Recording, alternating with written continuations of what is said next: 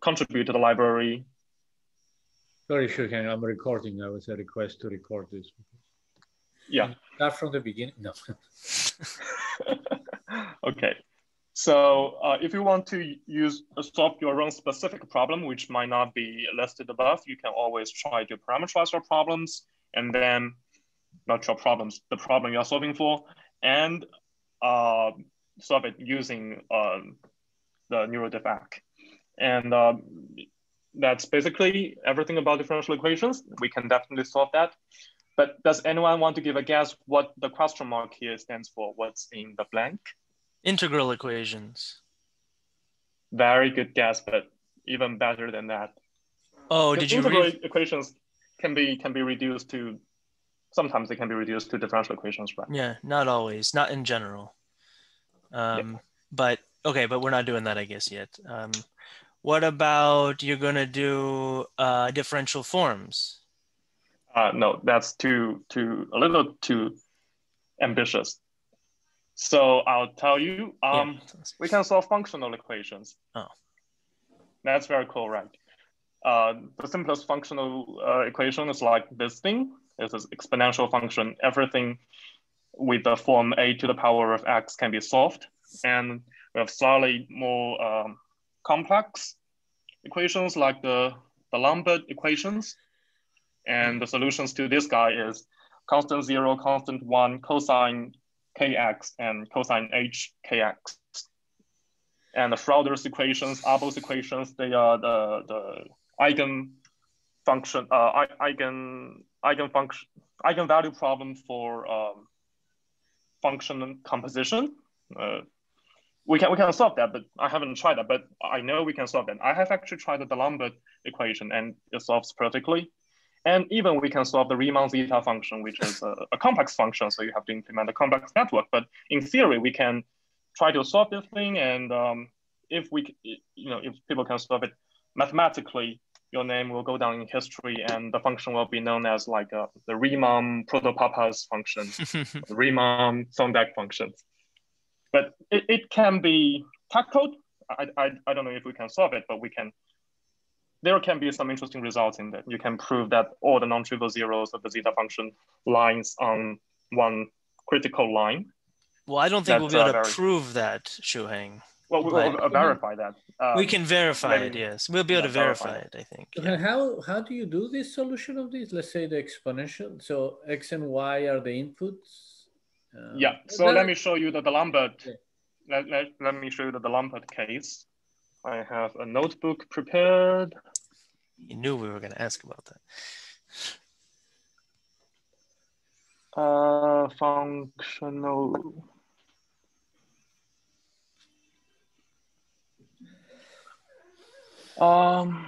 So basically here, you get an x, you get a y, and you pass x and y to your neural network, and x minus y to the neural network, and you minus the right-hand side of the equation. And yeah, that's basically it. And you will have this nice solution, which is a cosine. You can also have another solution, which is cosine h. Very nice. Hyperbolic cosine, yeah. So that I understand, but can you go back to the slide? That seems to be straight. Yeah. How about the Schroeder's equation? Okay, so for this thing, we are working with a given h. So you have two networks and then you bring them together? Is that how it works? No, just one network. H is typically given. So h is a known function. Okay, that I understand. Okay. Yeah. Okay. All right. Okay. Cool. Super cool. How do you find S in Schroeder's equation? It can be a tensor which is co-trained. Let me think about it. It's like the eigenvalue problem. I know. Yeah, that's what I was asking about. So the way Henry did it, and we did it there, is S is an input. Well, it depends who you ask. If you ask me, S is an input. If you ask Marius, you input the value 1, and then you have a weight. Same thing, right? And then you differentiate with respect to S and minimize with respect to S. So you minimize over the weights of the psi. size a neural network, right? And then you also minimize with respect to SO. Yeah, S. Okay. Well, yeah, we've had this conversation before. I'm strongly like strongly opposed to S being an input because it has to be a constant. And I know you can take the derivative with respect to S and make sure it's constant, but it is a weight, David. So it is a constant. Oh, it is just a weight. Yeah. Okay. That's why my explanation is that we give a constant input. So it's actually just a one or a number, and then you have a weight, and this weight is the energy. But you can train the weight, but you guarantee that this is a constant number. It's something like I drew, David. X goes in, and then the way Marius likes to see it is you input one and you put a weight here, and the weight is S. And then the big network, I don't know, we can connect it here or we connect it here. I think you connected. No, in the first. So in the big network, you have two inputs, the X and the weight, which is the energy. So your first draw is the... Right. So as I said, is actually, this is maybe a better representation. You put one and then you multiply by weight. I don't know if you can see here, right? Or the way I just removed this and I just put S there. It's absolutely equivalent, just one constant. Yes. Right? The point is that this is constant and it is trainable. Yeah. The original architecture, David, you remember, was different. So that to make it was the output. S was the output. This is now the input, and it has to be one value, right? Good. Yeah. Yep. Good. Okay. Go on. Okay. So go back to differential equations. At the core of Neurodiffeq is the differential equation, the diff function, which takes the derivative. So here I have a very simple code snippet. You import torch and you instantiate a tensor T and you reshape it, and then you get a function u of T equals to a random function e to the T over 10th power and then times 10 ht. So this will be the blue curve. And then you can do the diff function. Then there is the magic of diff function. Because the red part is just plain PyTorch. The blue part is Neurodiffeq. And so maybe I should shift the color in the plot, but you get the idea. So DUDT, it's another tensor. It's the output of diff ut, and this is like magic. It's very handy when you want to use it. So how to get high order derivatives? You just pass another argument, order equals to something. Order equals to 2 or 3. You'll get the second order or the third order derivative. And so what are U and T? They are torch.tensor. They are PyTorch tensors with the shape of n samples by 1.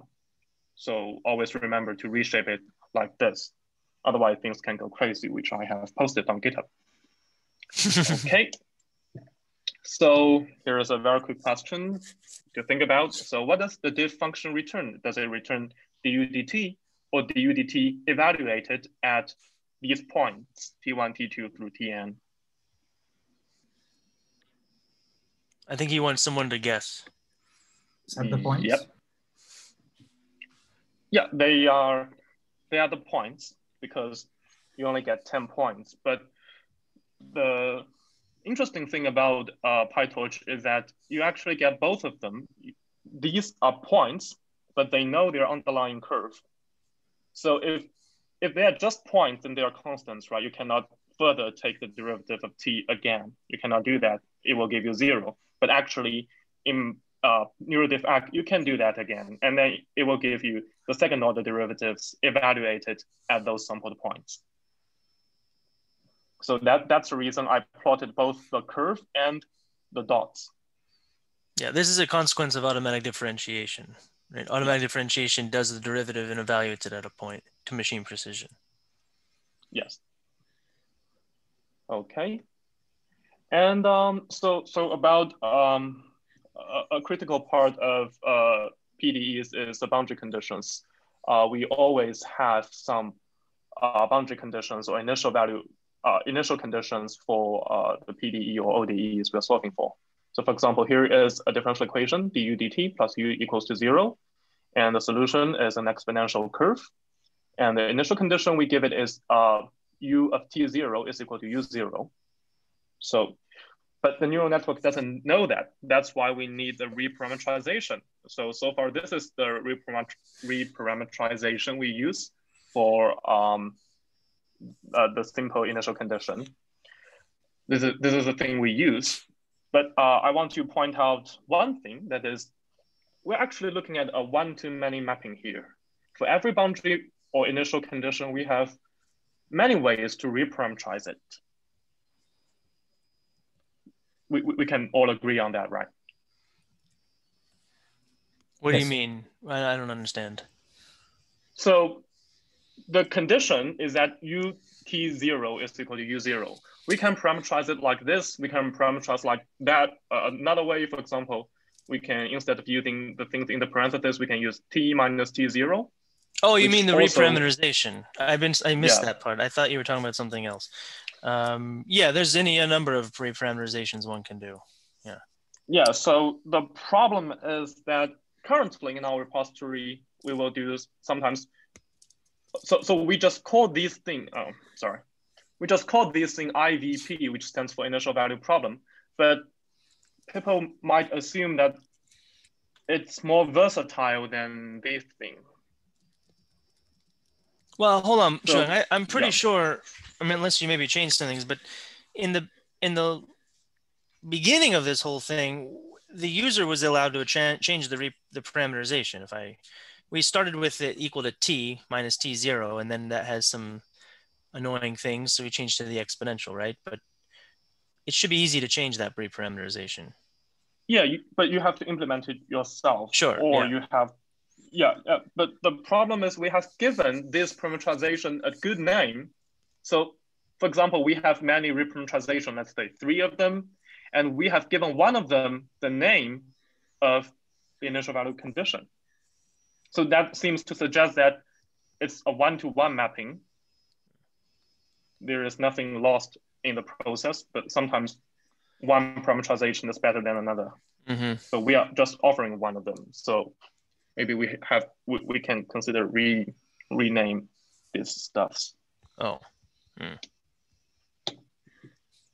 Mm. Yeah. Do you mean for its function? So a general form of this parameterization is u naught plus a function f times the network, and this function f should be 0 at the initial condition. That's pretty general, but not. No, this is the general of the generalization of what you show us now. But for any f function that satisfies this identity, we have a good parameterization. But you can find a large number of functions. That means that you need many names. I don't think we need many to give a name for its parameterization. Yeah. So it's just a discussion I want to have with you guys, because I'm running out of names for each different function. Yeah. Okay. Well, I mean, how many reparameterizations do you have? We have the exponential one, we have the linear one, we have the scaled linear one. Those are the 3 main ones that we use. For the initial value problem, at least. For the boundary value problem, we only ever use the linear one, right? Henry used the exponential in his boundary problem. Yeah. So, I mean, how many more are there, Shuheng? Yeah. Well, off the top of my head, I can think of those 3, but theoretically, there are infinitely many, right? But can the user specify it with a nice wrapper? They have to implement that themselves. Yeah. So what I'm getting to, Shuheng, is, I mean, we offer like 3 defaults or 2 defaults, right? So we only have to have 2 names, and then the user can override that, and they can name whatever the hell they want. You know, just Yeah. So we need the general reparameterization wrapper, which inherited something, and then you specify, right? Just right. To speak like a true software engineer here. Yeah. Well, but, what do you think, David and Pablo? It's better to give this functional, this kind of parameterization, U naught plus the network times a function f, and allow the users to specify the function f, or allow the users to write a parameterization from scratch? Both. I mean, this is what Pavlos is saying. This will be if they don't do anything, that'll be the default, which right now is the exponential, and then we can allow them to provide their own if they want. Yeah, I mean, I'm asking, provide their own f, the function which is which multiplies the network, or the full parameterization, because someone can find another parameterization instead of just adding the initial condition plus the network. Yeah, so one thing that we did with Feu actually is we put in, I think it was Feu, we did, instead of U0 plus f of t, and then we did e to the negative t minus t0 times U0 so that it would forget the initial condition quickly. That's actually that's a more symmetric representation of it. And he also found performance enhancements doing it that way. But So we haven't, general, yeah. It certainly can be more general, but I think this class, Shuheng, should allow people to change only the f, let's the function on in the front of the network. F. No, f, I called it f, not f. Yeah, if you can call it f all the time, f of t, right? Yeah, yes. It's f of t semicolon t0. That's the name of it. Okay, cool. don't write that whole thing down. It's not a software name. But we can provide, I mean, like Pavlos likes to say, software becomes more and more abstract all the way up, right? So, I mean, we can provide this interface, Shuheng, and allow them to change the entire parameterization if they want to, right? And it should be an assert statement. If f of t is a t not equal to 0, we should throw an error. Yes. That's a good one. Well, no, I mean, of course, yeah. In the case where they write their own, we can check that. Or we give them a warning. Actually, probably a warning, like your initial conditions are not guaranteed here, but we assume you know what you're doing if you really want to. Yeah, I was gonna say one more comment about that. I forgot. But anyways, there's an infinite number of possible things, Shuheng, but I think we can allow the user to find the infinity if they want. We can just provide a few defaults, right? Yeah, that's right. Okay. All right, good. Okay, so this is a black box, which is our library. And how do we use it? Is we throw in some inputs. Like we wanted to solve a differential equation, so we have to tell it what the ODE or PDE system is. And then we have to tell it what is the condition, or in our case, the parameterization that the library should use. And then we should either pass in the domain boundary or a point generator, which is used for sampling random points and train. And optionally, we can specify the network, which is highly recommended because the default network is very, how do I say, rudimentary. And that's how we can also that the default. There is still a confusion with the number of layers, which I'm. That's right. That's right. Now I'm going to make a declaration. From now on, we all agree. We call them number of hidden layers. That's clear. No confusion. I make it for my class. I said from now on, we're not talking about number of layers. We're talking, you have to always say number of hidden layers. Then there's no confusion. NHL. NHL. Number of hidden layers. Okay. And I think so found the hard way, right? Say, what do you mean? Well, with the library, there was doing something, he thought it was that, and then he realized it was not, and something like that. Again, it was the number of hidden layers versus the number of including the output layer or not, right? So number of hidden layers is the number of hidden layers. We have input, which is not a layer, and we have an output layer, which is a VIP of the neural network, I call it. Okay, so here is a confusion for you guys. I'll talk about later in the following demo about the hidden layers in PyTorch, which is different from hidden layers in Keras. And so moving on, we can also optionally specify optimizer or different loss function or anything, a batch size, anything. So a lot of things that can be specified. Wait, I want and to for the output. The same way we specify our initial condition function f, we should have the same thing for the point generator. So we provide a couple of defaults, but we should have the same ability that if the user wants to specify their own sampler, as I call it, you should be able to plug it in there. Oh, then you'll be very pleased with my next demo. Oh, okay, great. I'll show you something very, very, very nice. And so as output, we have the final solution or last. Sorry, I meant to write final or best solution because the last one is not necessarily the one with the lowest loss. So optionally, we can have the best solution or the final solution. And ideally, we also want a visualization of our solution as well as a trace plot. Okay, so that's basically everything before we look at some real examples. So here I'm going to walk you through some very simple, well, not very simple, but as simple as it can get, some codes. Let's go to, I have to resort. An ODE example. So ignore the first few cells. They're just some imports. So the first example is a harmonic oscillator. And the equation is u double prime plus u is equal to 0. So the way we write this ODE is like this.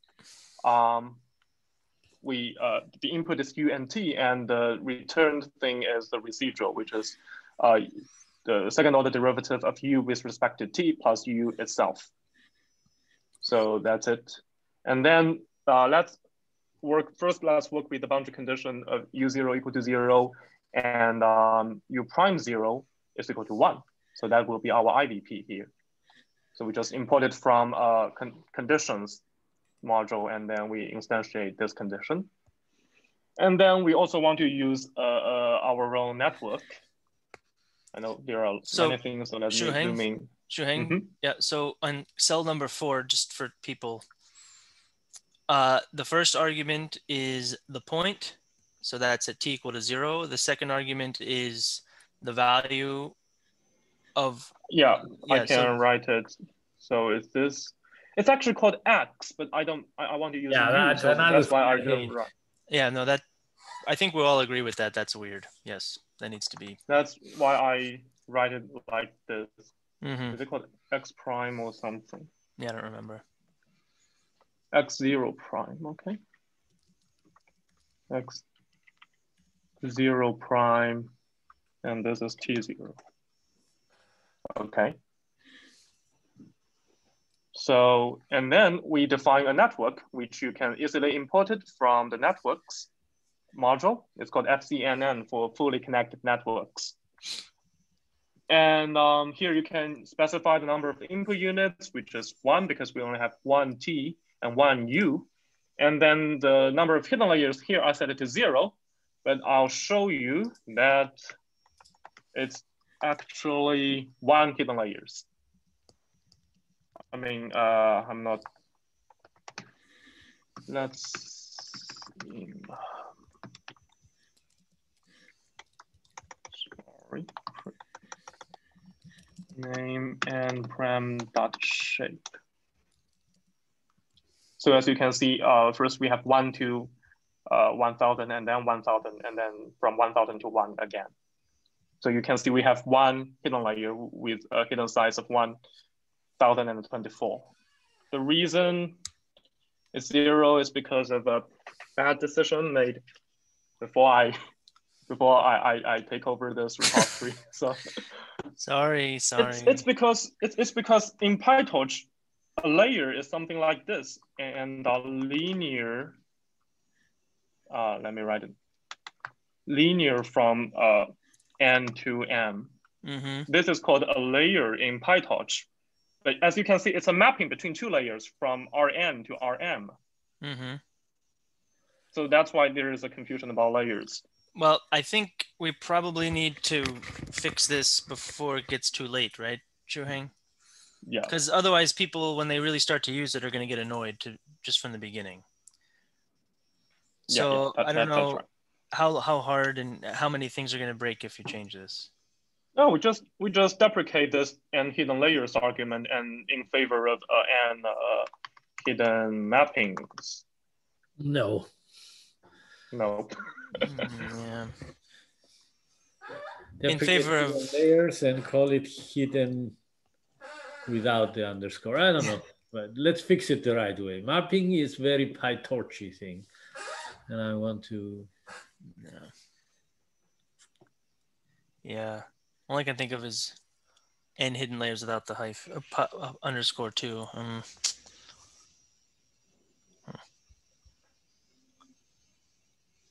You do num hidden layers, but then it's gonna mess up the nice little.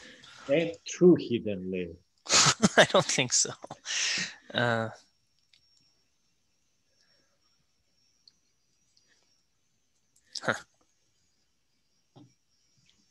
We named it too good the first time. I guess just without the hyphen, without the underscore, Shuheng, to start.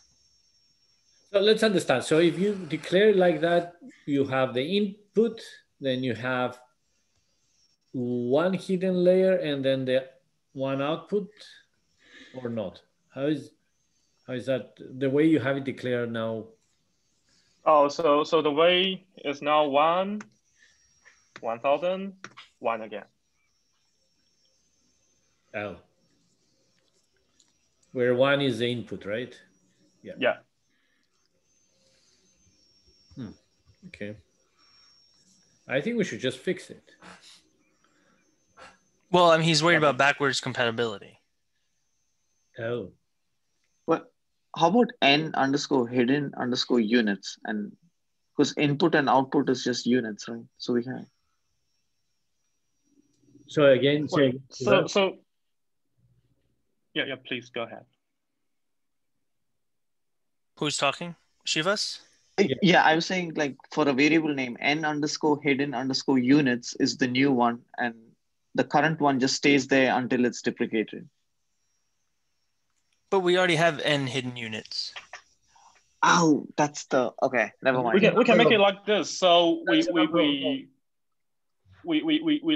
take a look at what is put into n hidden units. If it's a number, we raise a deprecation warning, and we want users to give us something like this, maybe like this, and we deprecate both of them in favor of a tuple for n hidden units. How does that sound? That way it gives us more flexibility as well. My first feeling is it's kind of nice because that's pretty explicit, right? That's what's actually happening. Where did you go, Shuheng? Someone must have left or come in there. There he is, over on the right. Okay. Yeah. If I may add, I don't know if I would make sense. I just have a suggestion. Yeah. When I was going through the source code, what I saw was that there is a for loop which is associated with this n hidden layers. Yeah, that's Fei's code. So readjusting that might just fix the whole issue. But it's still zero. But we have to provide backward compatibility. People who use the same code before will see that there is one layer less. Yes, but that makes sense, right? I mean, they use the code with an architecture which they didn't intend to use it with. Well, yeah, that's a good point. Are they intending to have one hidden, or are they were? I mean, what is the background? This is version what do we have? 0.2.1. That's okay. I think we can. I believe it's okay to be a little bit not backward compatible, David. It's 0 version. Okay. But we can. I mean, this way is nicer, right? We ask the user to put in the number of hidden units in each layer, and then there is no ambiguity there. Yeah, but then hidden layer still is going to be there, right? Yeah, but when they use that, we'll say this thing is deprecated. Don't ever use it again. And then it will not be supported in the next version. And then we kill it. That's the kind of the normal way. You just phase it out. I don't know. I think Pavlos doesn't like this, but I kind of like it. I have to think about it some more. So what would it be like if, suppose I want to do like 64 hidden layers. 3 hidden layers or 4 hidden layers? Yeah, how's it going to? 64 hidden layers. Yeah. 64. Well, if you use 64, then you have to do something like this. But what if you want it to be? Oh well, yeah. This is not. Is that going to give you a table of all of them? No. That gives you a list of size 64. Oh. And no one's gonna use. It's a nightmare.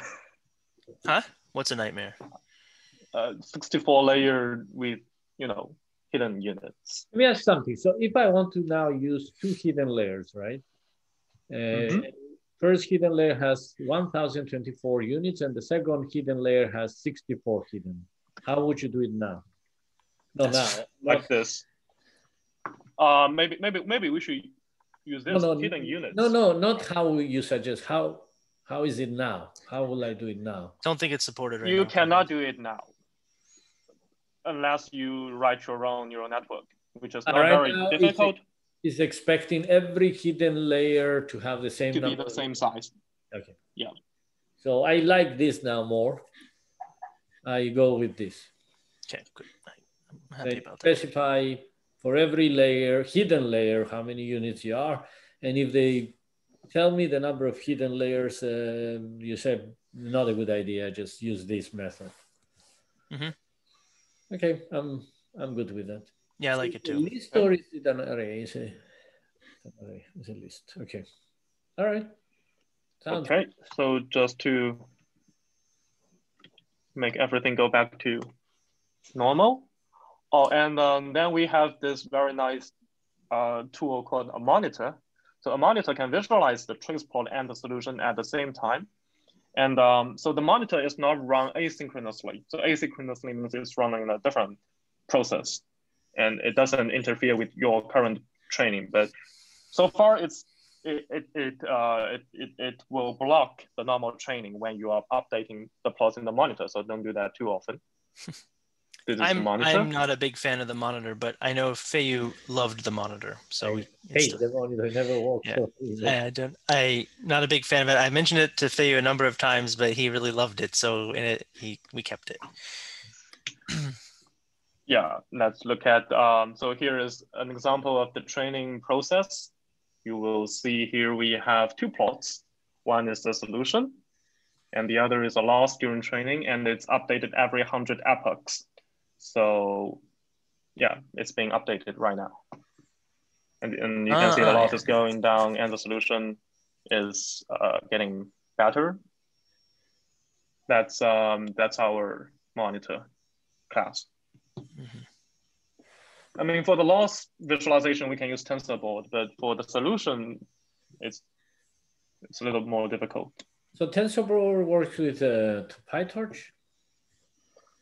Yeah, it works with PyTorch. If you want to work with, if you want to use NumPy, it'll work for NumPy, but you have to use some third-party libraries.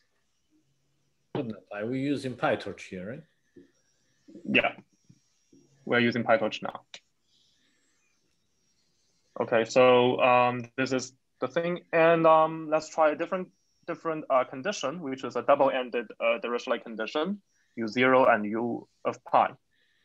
So the only thing you have to change is you use a new condition, which is called Dirichlet BBP 0.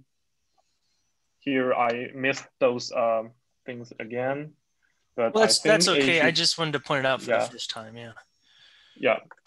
But so I have a quick question though. So what would you do if the left one was U of 0 equals -1 and the right one was du dx of pi equals 0? So you have a Neumann condition on the right. That's currently we haven't support that, but that's implemented in initial boundary. So you have an X and you have a T, you have both of them. And on the left boundary of X, you have one. So how do I put this? So you have an X and you have a T as input. And on the left boundary of X, you have a dirichlet boundary with respect to T. And on the other boundary, no, not with respect to X. So yeah, we can do this. Let me show you. I'm asking because this is exactly what Zhao is going to do this week. And I don't remember the name of the interface to do it. So it's called IBVP1D. And you will write it like IBVP1D. And then let me just quickly comment everything else because I want to see the helper tools. And you passing xmin, xmax, and you have this thing, xmin val and x max prime. X max prime, which is another value, 0. Mm-hmm. But you have to use t as well. But in this case, the function doesn't depend on t. Yeah. Because okay. we're dealing with x. Okay, so maybe so this is not very neat. Yeah. It's not neat. It's not convenient. We should figure out a way to fix this up. So basically, you can do it, is what you're saying. This is not going to solve an initial boundary value problem, though, right? It's not. Is it really going to take t and x in? What if I just want it to be just x? I want to solve u prime prime plus u equals 0, with u of 0 equals 0 and u prime of 1 equals 0. You will have, so currently you have to use a dummy variable t. It's not nice. No. It's not neat. But this should be. I think this should be Zhao's first contribution to the library, because it's got to be super easy to just adapt the BVP object. Right now you have Dirichlet BVP. It seems like you should be able to do very easy to adapt to mixed BVP or something, or we just change the API a little bit, right? You just implement a new class. Yeah. Basically. Right. Okay. So so do we have documentation how to create any kind of boundary condition if we want to? Again, it's the same. We provide some of them. Yeah. Yeah. If you look at the documentation, you will be able to do that. So in the documentation, in the code,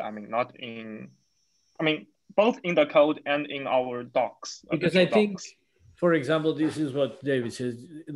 We can think about all the initial and boundary condition mixtures that we can think of, right? Mm-hmm. So I think Henry is not here, but Marie, Henry is not using the library, right? No. And I think one of the reasons is because our, architecture, of course, is very different. But also, you remember when I started it, one of the problems was the initial conditions, boundary conditions. Boundary conditions, yeah. Mm-hmm. They're very unique, right? Mm-hmm. So I have to kind of hack it. But maybe, so it's a way to create, to use the Neurodiffeq conditions, the generic one, and specify there, or it should be, right? But Pablo, Henry now he's fixing the boundaries. Now it can be solved by the library. The only difference is that we have the eigenvalue node. He's fixing it, you mean you regularizing it? I know. No. So the problem, the real problem is the solution must be vanished at the infinity. Right. But as infinity, we say, okay, at very far away from the well, at the point 10, we ask the network to be 0 at the specific point. Yeah, but I remember this because we have two equations at the at least at one point, right? No, we only have one equation. Oh, we have one. It's a simple boundary condition problem. Right. One equation with two well-defined boundaries. Right. But this, so instead of taking it, we could do a regularization for very large X, the solution to go to 0. Yeah. But instead of that, we say, okay, let's go far away from the well. Yeah, we could use the library, but at one point when we started, remember the energy was a different thing.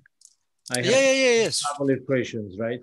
Yes. But the problem there is that it was two equations and I couldn't define the boundary conditions the way I wanted it, right? So if there is a generic condition function that you can define the boundary conditions or the initial conditions any way you want, that would be very helpful, right? It's the same thing as we said before, that we provide the reparameterization, some of them already, but we should have a generic class that you inherited, and then you specify some of the functions there. Yes. Matthew has some new parameterizations, right, David?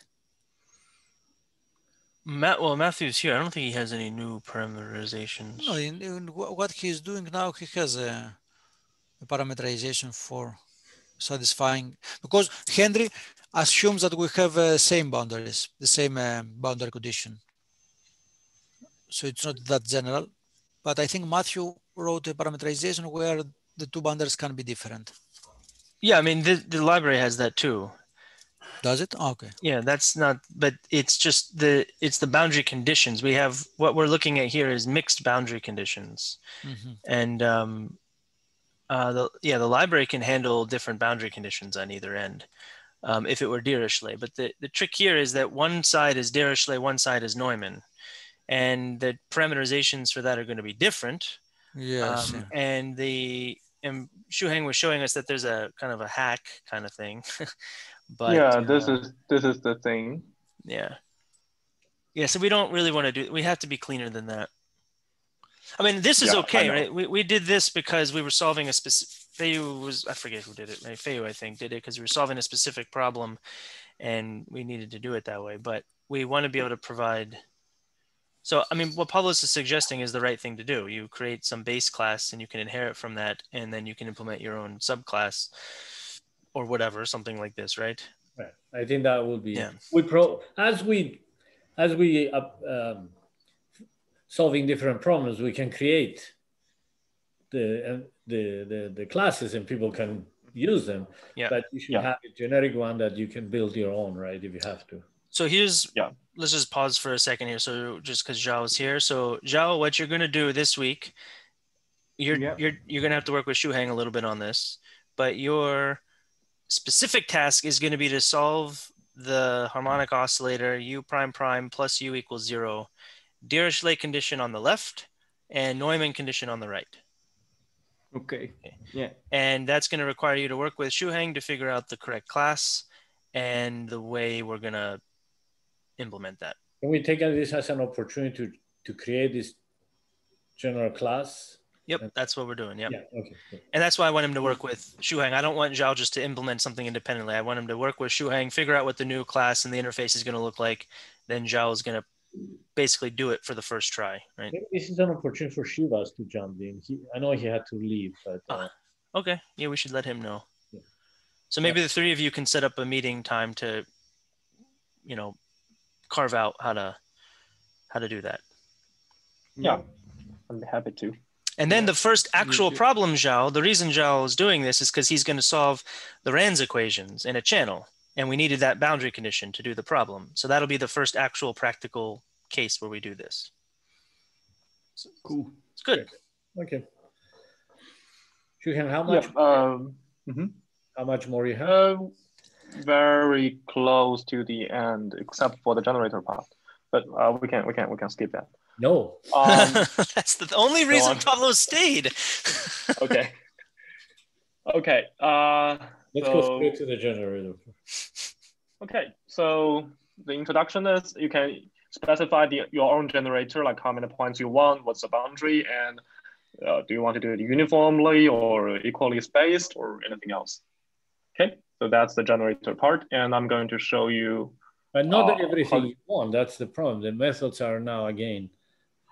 Yeah, a little patience. I'll show you very soon. So because I want to explain this to people who have not used this library before. Oh yeah. And if you're going this way, then you don't have to parse in the tmin and tmax. Instead, you just tell the library which train generator to use and which value generator to use. Okay. So, and everything else is the same. And for the generators, it's a very cool stuff. And so basically the idea is that we can,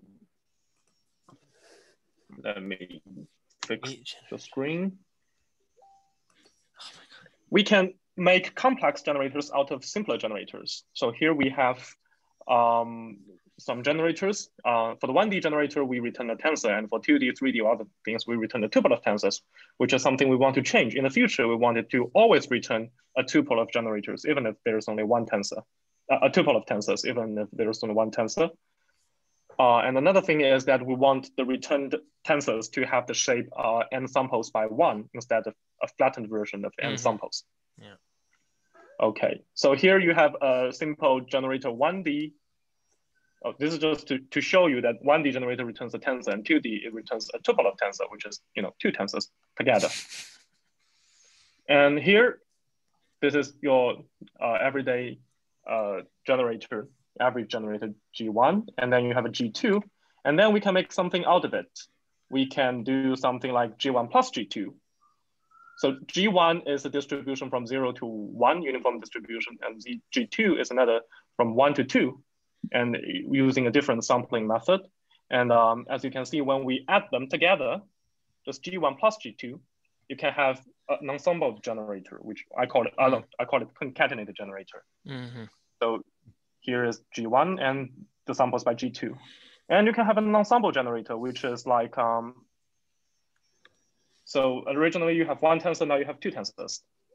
So here from 0 to 1 and here from 1 to 2, you can make generator 2D out of generator 1D just by using this times the star operator. That's very nice, right?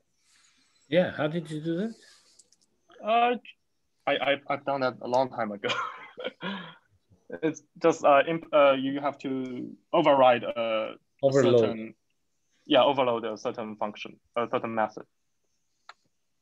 And then we have another use case for this concatenating and ensembling. So first we have a generator from 1, 1 to 2, 2, and then another from 2, 2 to 3, 3. So you will see something like, sorry, where is it? So here, this is a sample of the first generator. And then this is a sample of the second generator. And then we add them together.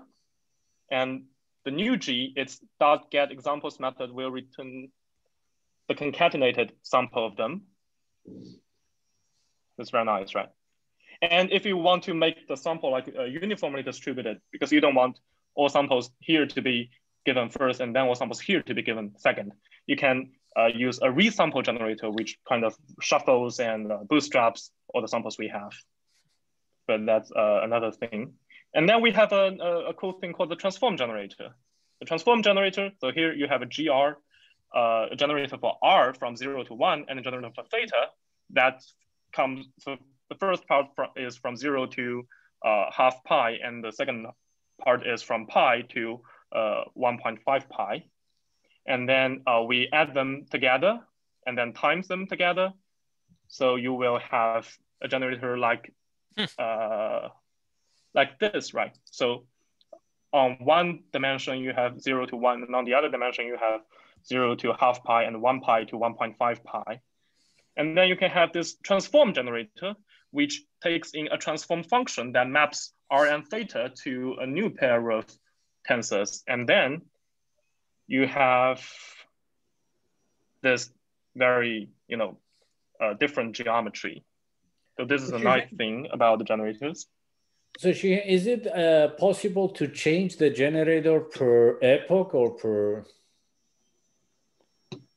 the way it's now? That can be, you can do that, but it will be tricky. Why would you want to do that, Pavlos? You want to change you want to adapt the generator? Yeah, I mean, that's what Hargun has been doing by hand now. I think Hargun, right? Yeah, you can do it like this. So every time you call the g.get examples method, you increment some like internal variable by 1, and before you return the tensor, you take a look at what the internal counter is and decide how many examples you want to give. But I don't know if that's what Pavlos. Wait, is that what he means? So what I want is at every epoch now, you calling the generator, right? To resample the things. But so can I change the, I don't know, the sampling technique, right? I mean, so shouldn't that be implemented? That I must be missing something here. Shouldn't that just be implemented in the generator? That's what your generator is going to be popping out samples according to some rule. Oh, that's and right. That should be, you should put the rule in the next method of the generator. Instead of uniform or equally sample, we call it boosting, right? And then it does something. Okay, I got it. I think that's how it should be. It makes sense. Okay. Okay. So we know, at least I think I know where Harkun should put his generator. Should be in the generator when he says method, and then the method will be there, right? And you define that method accordingly. Yeah, that's how. Yeah, that makes sense. Yeah. Okay, so to wrap things up, 2 slides. Okay, so it's a little bit more than 2 slides, but I can make it really quick. So here is an overview of the types of everything. We can skip that because you can look at the API. And where to go next? If you want to know more about the repository and how to use it, you can first check out the tutorials and the API documentation, which is on the GitHub repository page. And also, I recommend looking at the test cases because the test cases is designed for the cases that we want you to use. So the tests are very nice. They are in the tests folder. And for help or bug report, please open an issue. And if you want to contribute to the library, just follow the instructions on GitHub. Fei has written that. And don't be afraid to break things because we have test cases for checking whether things are broken. Okay, so one thing, I don't remember if Fei has specified in his instructions that you should write a test for your new stuff. That's the only way we're going to keep up with tests. Unit testing, is that what we're talking about? Yeah, unit tests and regression tests, and both of those. How is a regression test? It's just to make sure you have some cases in there, and you want to make sure has nothing to do with statistical regression, by the way. Oh, okay. It's just you want to make sure your software has not regressed, right? In that sense, yeah. So I think maybe that's something we got to think about. Shuhangen's protocol. Are we ready for the Medium post with a short video tutorial?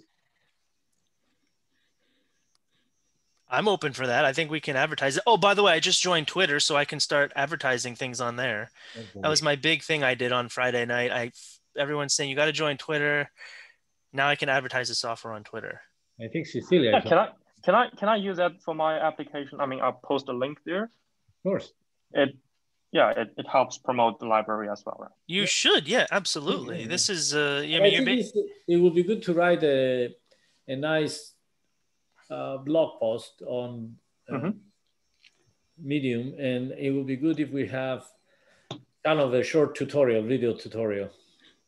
Yeah, and then I'll tweet it. And let us know so we can retweet and follow and stuff. It'll be my first tweet. Just follow me so I can follow you back, and then. Okay, my name is CSE Sondak. CSE Sondak. Yeah, capital CSE _ Sondak. CSE because computational science and engineering. Apparently, there's another David Sondak in the world. Go figure. There is a famous one from MIT, right? That's Sontag. Yeah. Yeah, these people. I don't find you. Upcoming... Oh, you can't find. Hold on, let's wrap up. I think Jack has to go. Jack, do you have 7 minutes? Or yeah. So let's. I'm cutting you short, Shuheng, because took long. Yeah, no, just 3 sentences. So this is the upcoming changes we are going to do, but I'm not going to explain them in detail. And please start a repo. It also helps contribute, promote our repository. So that's everything. So we have a couple of people that they're going to be doing this. Harkun. Actually, Devansh is back. Oh, where is he? He's not here, but he's back. He finished his PhD, and he has done a lot on the library. Remember, I don't know if you pushed them all because. So Devansh is back to work on his